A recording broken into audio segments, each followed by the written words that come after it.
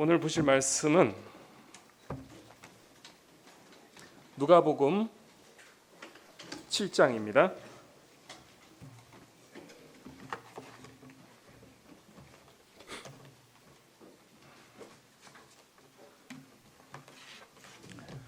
네, 누가복음 7장 1절부터 봉독하도록 하겠습니다.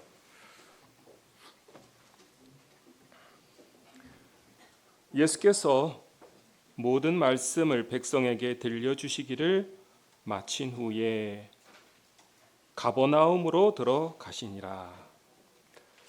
어떤 백부장의 사랑하는 종이 병들어 죽게 되었더니 예수의 소문을 듣고 유대인의 장로 몇을 보내어 오셔서 그 종을 구원하시기를 청한지라. 이에 저희가 예수께 나와 간절히 구하여 가로되 이 일을 하시는 것이 이 사람에게는 합당하나이다. 저가 우리 민족을 사랑하고 또한 우리를 위하여 회당을 지었나이다 하니 예수께서 함께 가실새 이에 그 집이 멀지 아니하여 백부장이 벗들을 보내어 가로되 주여 수고하시지 마옵소서. 내 집에 들어오심을 나는 감당치 못하겠나이다. 그러므로 내가 주께 나아가기도 감당치 못할 줄을 알았나이다. 말씀만 하사 내 하인을 낫게 하소서. 저도 남의 수하에 든 사람이요 제 아래에도 군병이 있으니 이더러 가라 하면 가고 저더러 오라 하면 오고 제 정도로 이것을 하라 하면 하나이다. 예수께서 들으시고 저를 기이 여겨 돌이키사 쫓는 무리에게 이르시되 내가 너희에게 이르노니 이스라엘 중에서 이만한 믿음을 만나보지 못하였노라 하시더라. 아멘. 누가복음 7장 1절에서 9절 말씀을 통하여 백부장을 향한 그리스도의 경탄이라는 제목으로 말씀을 드리도록 하겠습니다. 백부장을 향한 그리스도의 경탄. 경탄이라는 말의 뜻은 뭐냐면요, 놀랍다라는 거예요.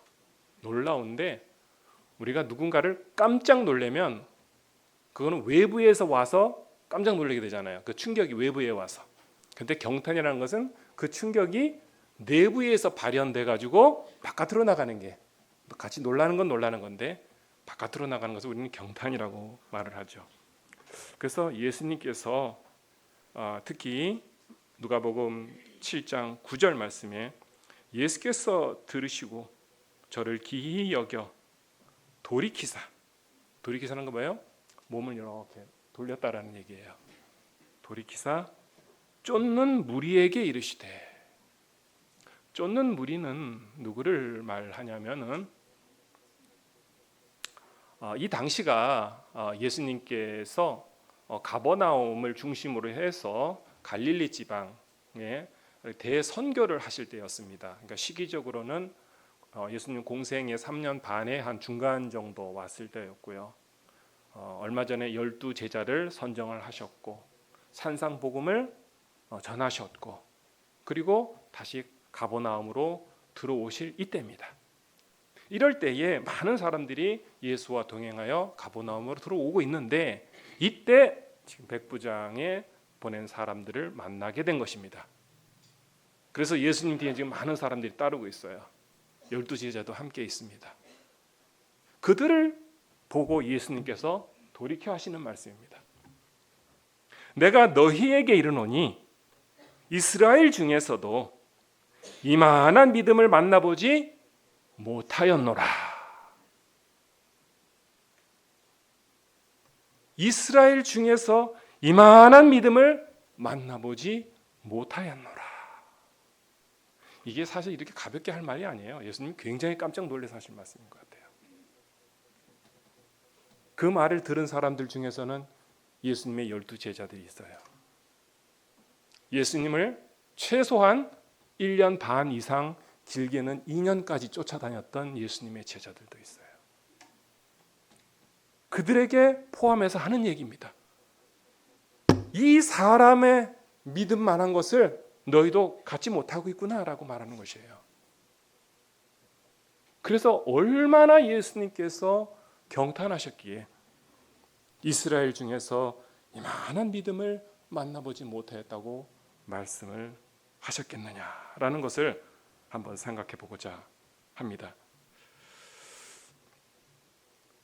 예수님께서 여러분에게도 이런 칭찬을 만약에 하신다면 좋지 않으실까요? 네. 내가 누구누구 권사님 웬만한 믿음을 이 교회에서 보지를 못했다라고 하면 참 얼마나 기쁘고 즐거운 모습이 아닐까 생각이 됩니다. 그러면 도대체 우리 예수님께서는 무엇 때문에 이 이방인 백부장에게 이러한 경탄의 칭찬을 하게 되었는지 한번 그런 경탄의 요소점들을 한 번씩 한번 찾아보면서 그 안에 담긴 예수님의 길의 모습을 한번 알아보도록 하겠습니다.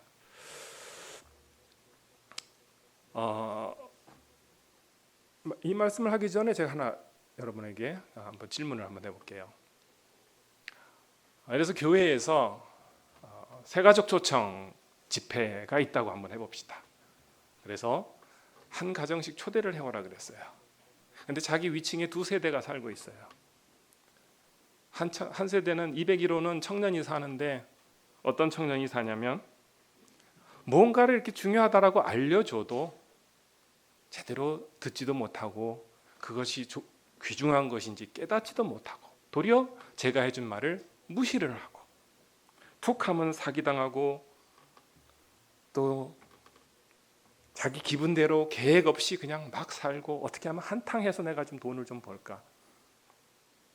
교회라면은 치를 떨고 질투와 남에 대한 미움을 가지고 있기를 온 주민들이 다 싫어하는 사람이 있고 202호에 사는 세대가 아주 참 착하고 말도 잘 들어요. 자, 여러분이 전단지 갖고 어느 집 가실래요? 201호 가실래요? 202호 가실래요? 202호 가시겠죠. 예. 201호는 외면당했습니다. 자, 그런데 그럼 그 201호에 해당되는 사람이 누군가 한번 좀 생각해 보죠. 우리 디도서 3장 3절 말씀 한번 보시겠습니다. 디도서 3장 3절. 우리도 전에는 어리석은 자요 순종치 아니한 자요 속은 자요 각색 정욕과 행락에 종노릇한 자요 악독과 투기로 지낸 자요 가증스러운 자요 피차 나도 미워하고 너도 미워하고 나도 미움당하고 나도 미워하고 하는 자였으나. 자, 여기서 말하는 우리도가 누굴까요? 제가 아까는 조금 순화해서 말씀을 드렸어요. 여러분이 안 찾아가겠다고 외면했어요.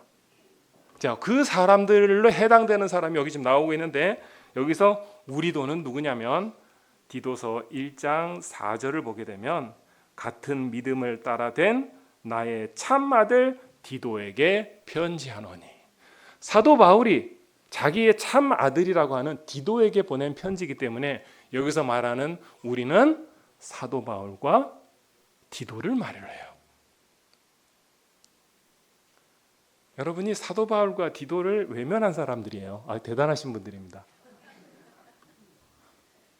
자, 우리도 전에는 이라고 얘기했죠. 예수님을 알기 전에는 그렇게 우리도 여러분도 외면할 정도의 그러한 사람이었다라는 것입니다. 그러니 사도 바울이 그랬으니 범상한 사람들은 이보다 더하면 더했겠지 덜하지는 않았겠죠. 그 중에 아마 여러분도 포함이 되어 있을 것 같습니다. 그런데 그 4절 말씀 보게 되면 이후에 4절 말씀은 우리 구주 하나님의 자비와 사람 사랑하심을 나타내실 때에 하나님의 자비와 사람 사랑하심. 굉장히 아름다운 말인데요. 이건 나중에 기회가 되면 말씀드리겠습니다. 그랬을 때에 5절 말씀에 우리를 구원하시려고 우리의 행한 바 의로운 행위로 말미암지 아니하고 오직 그의 긍휼하심을 긍휼을 쫓아서 6절에 성령을 우리 구주 예수 그리스도로 말미암아 우리에게 풍성히 부어 주사 우리로 저의 은혜를 힘입어 의롭다 하심을 얻어 영생의 소망을 따라 후사가 되게 하심이라. 이게 지금 복음을 한마디로 짧게 요약하고 있는 거예요. 우리도 외면할 만한 정말로 가치 없는 우리였는데 하나님의 은혜와 긍휼과 사람 사랑하심으로 말미암아 예수 그리스도를 우리 가운데 보내주시고 그리스도의 십자가 지심으로 우리가 죄 사함을 얻었고 그로 말미암아 영생의 소망을 얻게 된다라고 하는 이 그리스도의 복음 또 그리스도의 사역에 관한 요약이 지금 복음의 실체가 지금 방금 말씀을 드린 겁니다. 자, 그래서 제가 드리고자 하는 말씀은 뭐냐?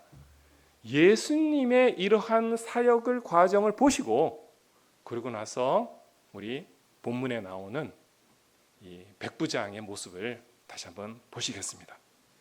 자, 그럼 본문으로 돌아와서 자, 누가복음 7장 2절입니다. 어떤 백부장의 사랑하는 종이 병들어 죽게 되었더라. 자, 여기 어떤 백부장은 가버나움의 백부장입니다. 당시 가버나움은 꽤 큰 도시였어요. 그리고 지역적으로 교통적으로 이렇게 또 막 세관도 있고 또 로마 병사들이 주둔했던 꽤 큰 도시에 이 백부장 그러면 그 도시에 굉장히 권세 있는 사람이었습니다. 그랬을 때 이 백부장에게 사랑하는 종이 병이 들어 죽게 되었다라고 했습니다. 이 문장을 읽으시면서 이상한 점이 있지 않으세요 혹시? 모르시겠어요? 네. 우리가 흔히 쓰는 표현 중에서 뭐 아버지가 아들이 그렇죠. 어린 아기가 아버지가 그 명태를 동태찌개를 펄펄 끓는데 그걸 한 숟가락 넣어가지고 탁 떠서 먹는데 뭐라 그래요? 시원하다 그래요. 우리는 익숙해요.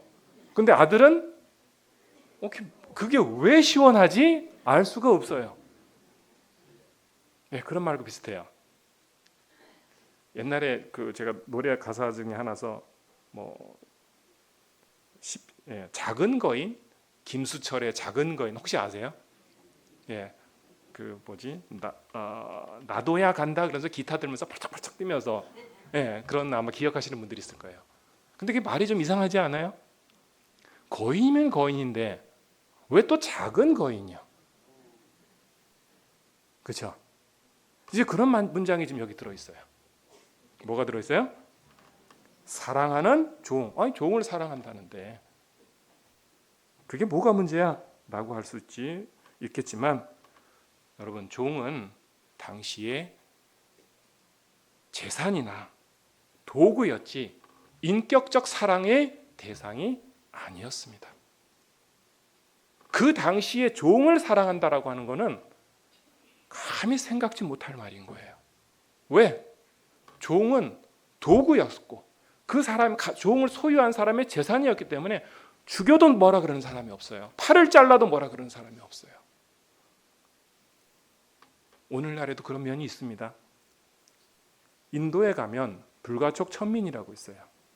얼마 전 뉴스에 막 그런 게 나온 적이 있었습니다. 장인이 사위를 때려 죽이라고 청부 살해를 해가지고 사위가 죽었어요. 이유는 그 사위가 불가촉 천민이었는데 내 딸하고 결혼했다 이거예요. 죽어마땅한 거예요. 또 동생들이 누나를 때려 죽였어요. 이게 말이 돼요? 왜? 누나가 불가촉 천민하고 결혼했기 때문에. 그게 현재도 존재하는 아주 낮은 신분을 대접하는 방식입니다. 로마 시대는 이보다 더 했어요. 바로 그러한 자가 종이에요. 그런데 로마의 굉장히 권세 있는 로마인이 종을 사랑했다. 우리가 듣기에는 별거 아닌 말 같지만 굉장히 놀라운 표현인 것입니다. 그래서 이 백부장이 사랑하는 종이다, 백부장이 사랑했다라고 하는 그 말의 의미가 예수님께서는 굉장히 놀랍게 들으신 거예요. 마치 여러분이 외면했던 그 아까 바울과 디도를 생각해 보세요. 그보다 훨씬 못한 우리들을 예수님께서는 구원하시기 위하여 당신께서 생명을 주기 위하여 십자가를 지셨어요. 그런데 백부장은 정말 죽어도 마땅하고 아무도 돌보지 않고 누구도 외면할 수 있는 자기 종을 살리기 위하여 애쓰고 있었다라는 사실입니다. 그 생명의 길을 걷고 있는 사람 입장에서, 그리스도 된 입장에서, 사람이 아니라 그리스도 된 입장에서 백부장을 지금 다시 한번 그 전언을 들었을 때 예수님께서 느꼈던 그 전율,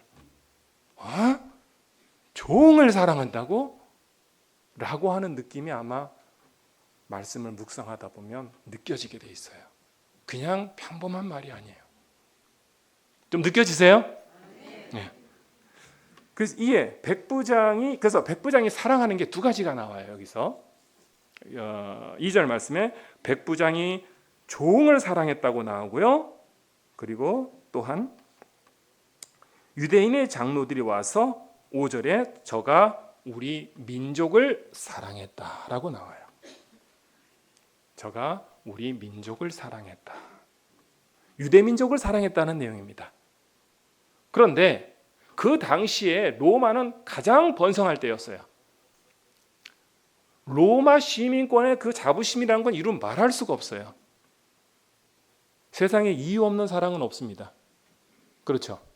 뭔가가 동기가 있고 이유가 있기 때문에 사랑을 하게 되는데, 그러한 프라이드와 자부심을 가지고 로마 군인으로서 명예심도 높고 저 낮은 피정복국이에요.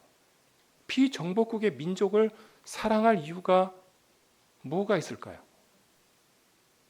이스라엘 땅이 살기 좋아서? 살기 좋은 땅에 살아서? 거기서 뭐 돈이 많이 나와서? 많은 미인들이 있어서? 모든 것이 로마와 비교가 될 것이 없어요. 그럼 왜 사랑했을까? 자, 우리 세상에서도 보면 마음 가는데 돈이 간다 그러나요? 돈이 가는데 마음 간다 그러나? 네. 누군가 엄청난 돈을 거기다 투자했다면 거기에 뭐예요? 마음이 간 거예요. 이 백부장은 회당을 지었습니다. 이방인으로서 유대인의 회당을 지어줬어요. 그 엄청난 사재를 털은 거죠. 그래요, 안 그래요? 교회를 쉽게 말하면 교회를 하나 세워준 거나 마찬가지예요. 그러면 이 백부장이 지금 무엇에 관심을 갖고 있느냐가 보이는 거예요. 그 당시에 로마는 그 황제 숭배라고 하는 것이 있었어요. 카이사르 때부터. 황제는 신이에요. 그 황제 숭배의 신앙은 너무나 타락하고 이루 말할 수 없고 비열하고 아주 난잡합니다. 그런데 이스라엘 땅에 파견돼서 딱 와서 보니까 이거는 도덕적으로 윤리적으로 너무나 고차원적인 거예요. 그리고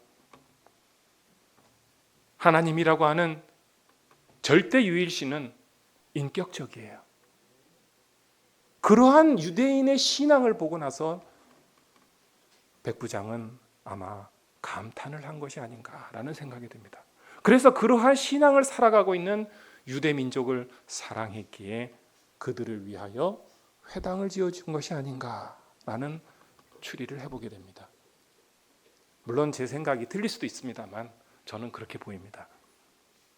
그래서 이 백부장이라고 하는 사람은 그저 평범한 권세 있는 자가 아니라 영적인 관심이 굉장히 높고, 또한 예수님께서 남들이 살펴보지 아니할 사람들을 살펴주고, 또한 그를 살리기 위하여 애를 쓰는, 생명을 주기 위하여 애쓰는 귀한 인물로 발견되게 된 것입니다.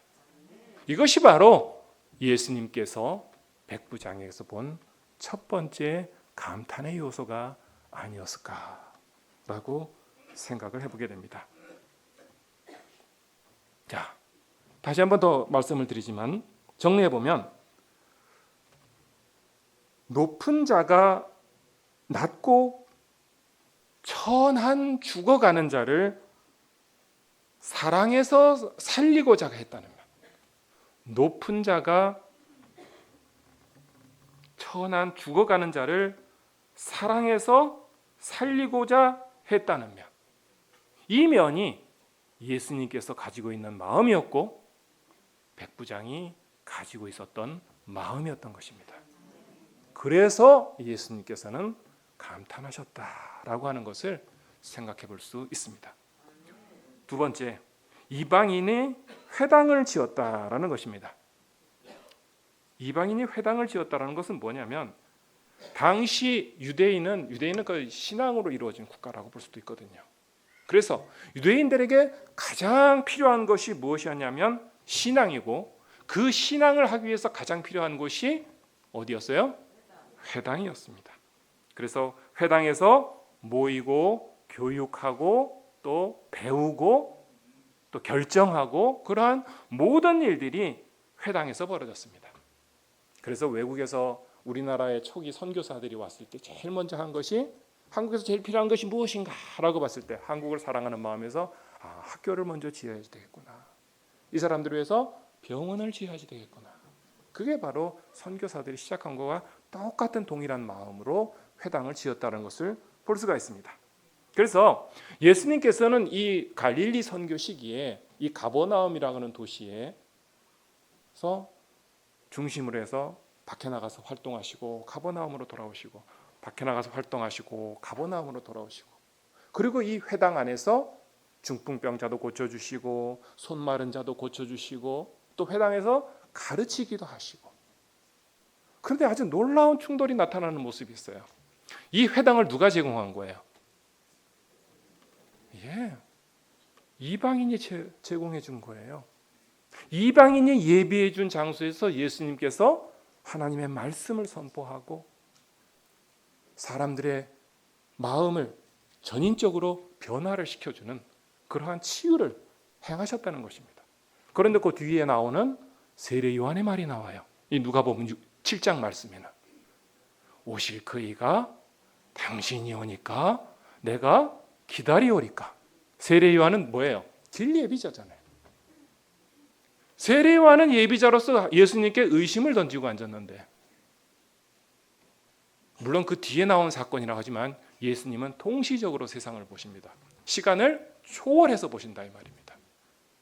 그랬을 때 이 백부장이 작은 예비자가 되어 있는 모습, 당신의 사명을 위한 작은 예비자의 모습으로 되어 있는 것을 발견하시고 얼마나 놀랐겠느냐라는 것입니다. 자, 그 다음에 더 살펴보게 되면 이 이름 모를 백부장을 위하여 누군가가 등장을 하는데, 바로 대언자들이 등장을 해요. 누가 등장을 해요? 대언자들이 등장을 해요. 예수님은 이 백부장의 이름도 성도 몰라요. 얼굴 만난 적도 없어요. 더군다나 이 백부장이 죽어가는 종은 더더욱 본 적도 없어요. 이 이름 모를 죽어가는 종의 대언자가 누구였어요? 이 종의 대변자가 누구였어요? 백부장이었어요. 죽어갈 수밖에 없는 외면당하는 자의 대변자가 된 게 누구예요? 백부장이에요. 예수님이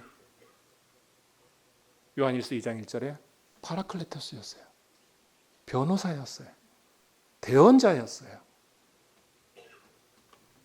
죄로 죽어갈 수밖에 없는 우리들을 살려주기 위하여 오신 분이에요.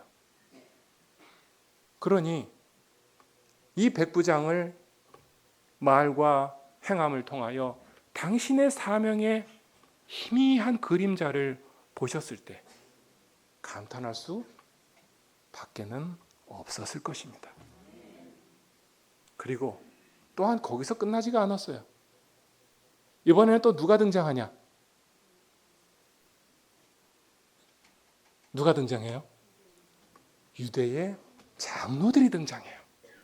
유대의 장로들은 와서 이 사람은 합당한 자니이다 라고 누구한테 대변해요? 예수님께 대변해요. 이번에는 백부장의 대변인이 등장을 합니다. 백부장의 대언자가 등장을 합니다. 우리 예수님께서 요한복음 15장 26절 보혜사 곧 진리의 성령에 관하여 말씀하실 때 그가 나를 증거하실 것이요. 예수님이 느끼실 전율이 어땠을까요? 내가 떠나고 나서 나를 뒤이어오는 또 다른 보혜사 진리의 성령이 오실 건데 지금 백부장이 누구 역할을 하고 있어요?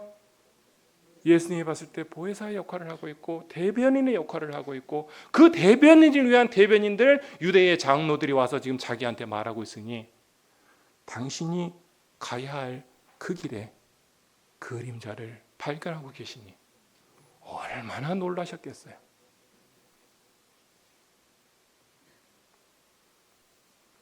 자, 그 다음에 또 자기 비움의 모델이 된 것을 발견할 수가 있어요. 무엇의 모델이요? 자기를 비운 자의 모델을 볼 수 있다는 것입니다. 자, 6절 말씀을 보게 되면 내 집에 오심을 나는 감당할 수 없다라고 했어요.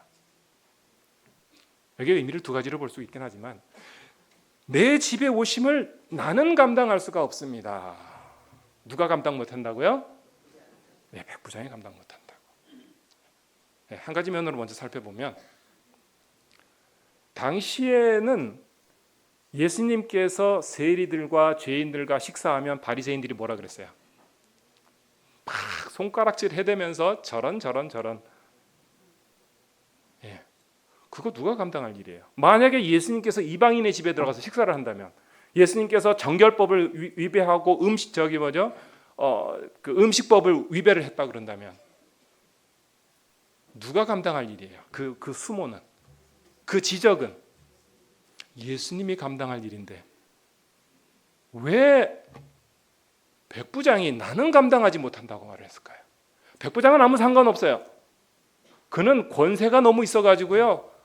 누가 뭐라 그러면 그놈을 아주 그냥 혼쭐을 낼 수 있는 사람이기 때문에 감히 뭐라 그럴 일이 아니에요. 누구의 안위를 먼저 생각하는 거예요? 예수님이 불편하실 그 안위를 생각하고 있었다라고 하는 면을 생각해 볼 수도 있고요. 또 다른 면으로 좀 더 원어적으로 살펴보게 되면은 I'm not worthy. 당신을 내 집으로 초대할 만큼 나는 그렇게 가치 있는 사람이 아니에요. 나는 당신을 받아들일 자격이 없는 사람이에요. 그걸 말씀하고 있는 겁니다.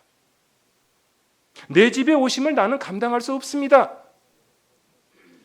주님같이 높으신 분이 이건 뭐예요 지금?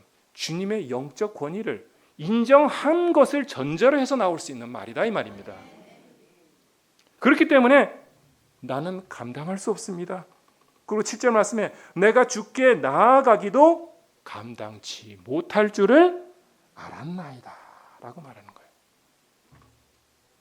바로 예수님의 높은 권위를 인식했기 때문에 자기가 낮아서 낮아진 게 아니에요. 그 지역에서는 짱이에요. 말 그대로 짱이에요. 아무도 건드릴 사람이 없어요. 자기가 예수님을 높임으로 말미암아 낮아짐의 모델이 된 것을 볼 수가 있습니다.